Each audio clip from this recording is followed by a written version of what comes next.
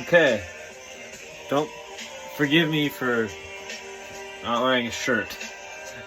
I don't feel like it.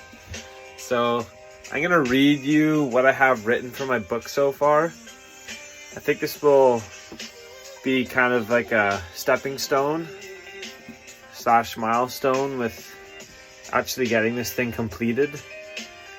I'm gonna let music play in the background because I just love music. And anyway, thank you for listening. Thank you for everyone who has supported me and is continuing to support me with any and all of my ventures. Heaven knows I have a few. So anyways, Brian lay there the first night, dozing in and out of sleep, his mind drifting to memories of his family vacation in Mexico years back. Virgin pina coladas by the pool, all-you-can-eat buffet, little flea markets close by to blow all his allowance on. Painful, he thought, before he finally conked out. This time alone is going to be painful. Chirp, chirp, said the 4 a.m. bird. Brian woke up angry, then fell back asleep, only to wake up pleasantly surprised by the sun shining on his face. I feel bad for the pilot and his whole family. Matter of fact, I'm going to send up a quick prayer for him right now. Brian dipped his head in the morning glow, sitting with his back against a big sturdy tree. Kind of hungry, he decided it was time to get up, have his pee, and see what was salvageable among the wreckage. I need to get out of my comfort zone. A random feeling came over him. Tailgating from stuff going on in his life in the city before the crash. With this shot of random energy and inspiration, he stripped down to his skivvies and hopped in the foggy water. Under he went, even though he was unprepared for it.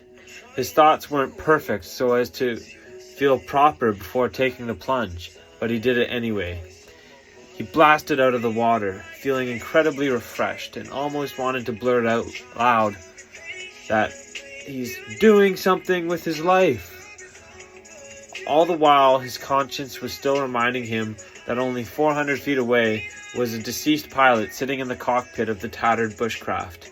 As he began swimming, feeling quite confident and comfortable, by the way, being an avid fisherman. Being an avid fisherman on little lakes like this back home, he noticed some sort of black cloud, more like a swarm, flying through the air on the opposite side of the plane. Please be honeybees, he thought, as he feared a swarm of anything else. Slightly distracted, he kept pushing forth, pushing the water along his sides like a frog. Finally, feeling like a man, he reached the plane. Brian couldn't deny his entrepreneurial feeling deep down during the situation.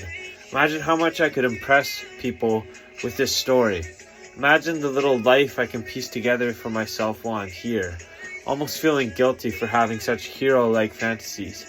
He wasted no time on entering the plane, and quickly noticed it was lodged into a deadhead in the water. A deadhead is a tree that was in the water, barely poking out above the surface. Feeling secure, he began investigating the plane. Life jackets floating in his face, some bottles. Aha! A first aid kit, Brian announced as he saw it strapped to the back wall. Tools, tools, tools, he said as he unstrapped the kit. He began pushing everything that floated to the far side of the plane, planning on making a little raft to float his treasures back to shore. He decided he was going to be very brave and forthcoming about handling the pilot's body. He wasted no time getting up close and personal. Brian originally planned to pull the body out and bring him to shore for a proper burial, but something came over him. It was as if God was telling him to relax and just leave the pilot where he was. Besides, Brian, you don't want to attract predators with a deceased body. He clasped his hands together and said a quick blessing over the man and got back to work. He tied the life jackets together and began tying the first aid kit onto bunch when he heard a loud bang. It was his head. He hit his head hard against the sheet metal. His forehead started bleeding, and ashamedly his first thought was sharks. But quickly his rational brain kicked in, and he thought about stitches. The first aid kit was actually had a little mirror in it, and after quick inspection he decided he wouldn't need stitches, but still had to bandage it up. He felt almost a disturbing peace while in the midst of all this. Shouldn't I be all distraught and stressed out, he thought. Perhaps he was experiencing some piece of independence, having to survive out there on his own, without his parents or siblings. He cupped his hands together around his face and dunked his head. The air trapped by his hands allowed him to make goggles, so he could see underwater. Alas, he could see his bag lodged under the pilot's seat. After he grabbed his bag, he really calmed down and decided he was going to do a thorough search of the craft to get everything he could possibly fit on the raft. He was calm and good at examining, but the bandaging on his forehead was causing the water to leak into his hand goggles. And he remembered at that instant that the pilot was telling him that after his trip up to North Caspa Lake, he was going to head straight to Mexico. He was going to enjoy some world-class scuba diving. Brian felt an exciting anxiety in this moment and looked feverishly for the pilot's bag. Sure enough, the pilot's bag was found near the very back of the plane, jammed up in the netting. This was going to take some breath to retrieve, but Brian was determined. He very calmly took a deep breath and went under, then swam down the broken back half of the plane.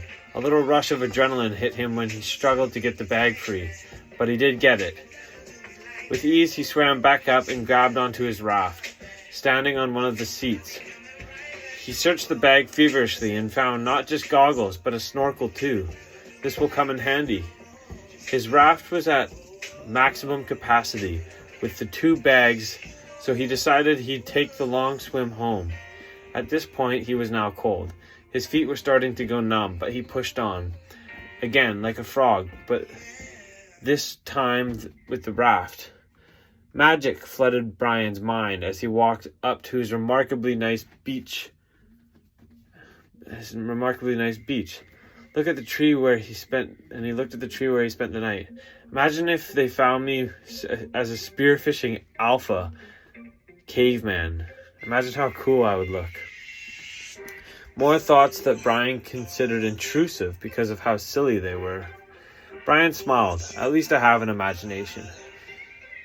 Brian knew that if he was anywhere near Casbah, he had to be vigilant of black bears. I'll start a fire. Maybe the smoke will keep them away. The first aid kit was actually well equipped with survival amenities. Pain started growing in Brian's heart, like the type of pain he thought of before he fell asleep last night. 50% of every day is pain. I've known this for a while, Brian said.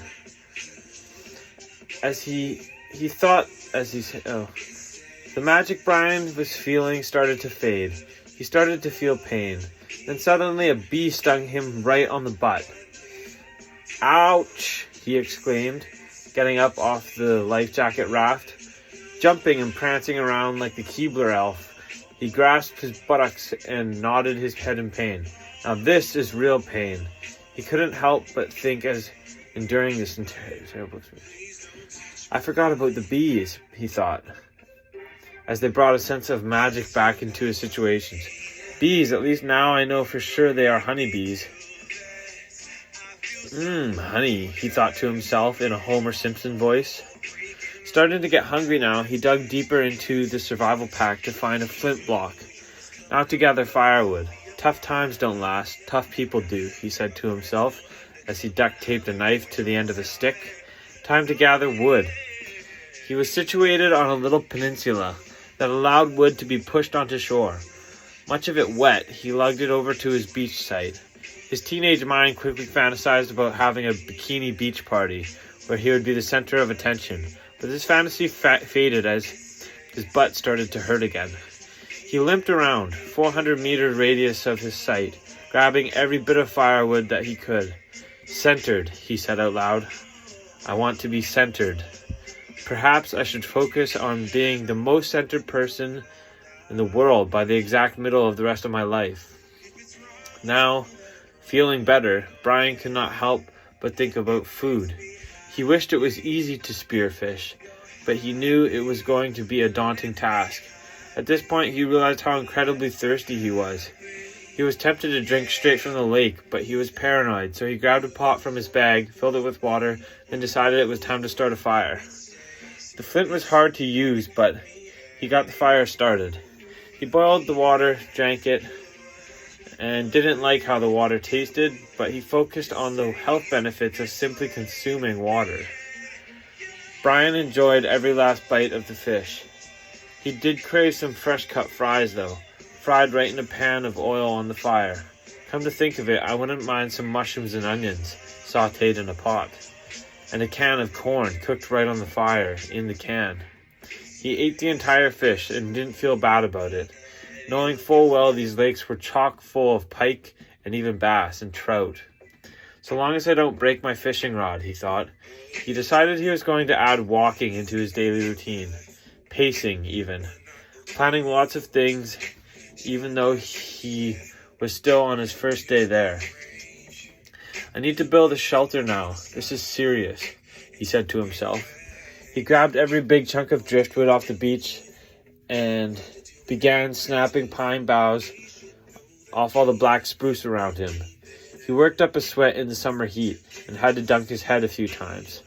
While he was dunking his head, he looked up over his shoulder and noticed something. It was a plane way up there. He smirked and thought, I wonder where they're going. Mexico? Knowing full well it would be pointless to try and contact the plane that high with a smoke signal. A whiskey jack followed him to the water and began bathing next to Brian. A friendly little guy, a beautiful specimen. Brian named him Whiskers, knowing full well he could confuse him with another jack. Whiskers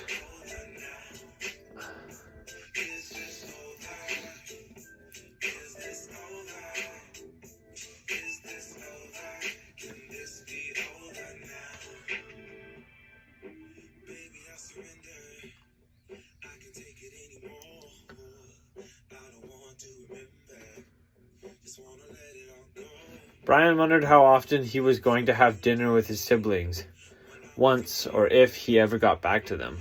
They fought a lot, but they did manage to keep their father's business afloat. Brian was only 18. He had dreams of moving away to escape the drama and start his own happy life. He sat there on his knees and took advantage of it by sending up a prayer. Lord, thank you for what you are doing to prepare myself, or what you're doing for myself and for my family right now. He got up and sauntered back to his building materials, Whiskers following him. Okay, let's build a house. It took him 4 hours before he was somewhat satisfied with his shelter. He had a front entrance, but he also had a rear escape. I'm not taking any risk with the bears up here, he thought. It was 4 p.m. now, and Brian was hungry again. He decided he would cook an emergency ration from the survival kit. As soon as he started cooking, he felt guilty. I should have saved this for a rainy day, but alas, he pushed forth and ate the delicious pad thai, full of salt. He boiled more water and stored it in a bottle from the wreck. He got up and started doing his pacing. If I pace for 3.5 hours, that will bring me to 7. The sun rises at 4:30 a.m., so if I go to bed at 7, that's a 9.5 hour sleep. He paced for 45 minutes, practicing in his head what he was going to say at his grandiose presentation about how he survived the Saskatchewan wilderness. He also practiced a little bit of preaching, which kept his spirits high. He got enticed and interested by the tadpoles all bunched up on this peninsula shore. Yum, he thought. That's going to be a lot of frogs. Already thinking and speaking like a caveman. As he stood there in admiration, he heard a scary sound. It was a thumping.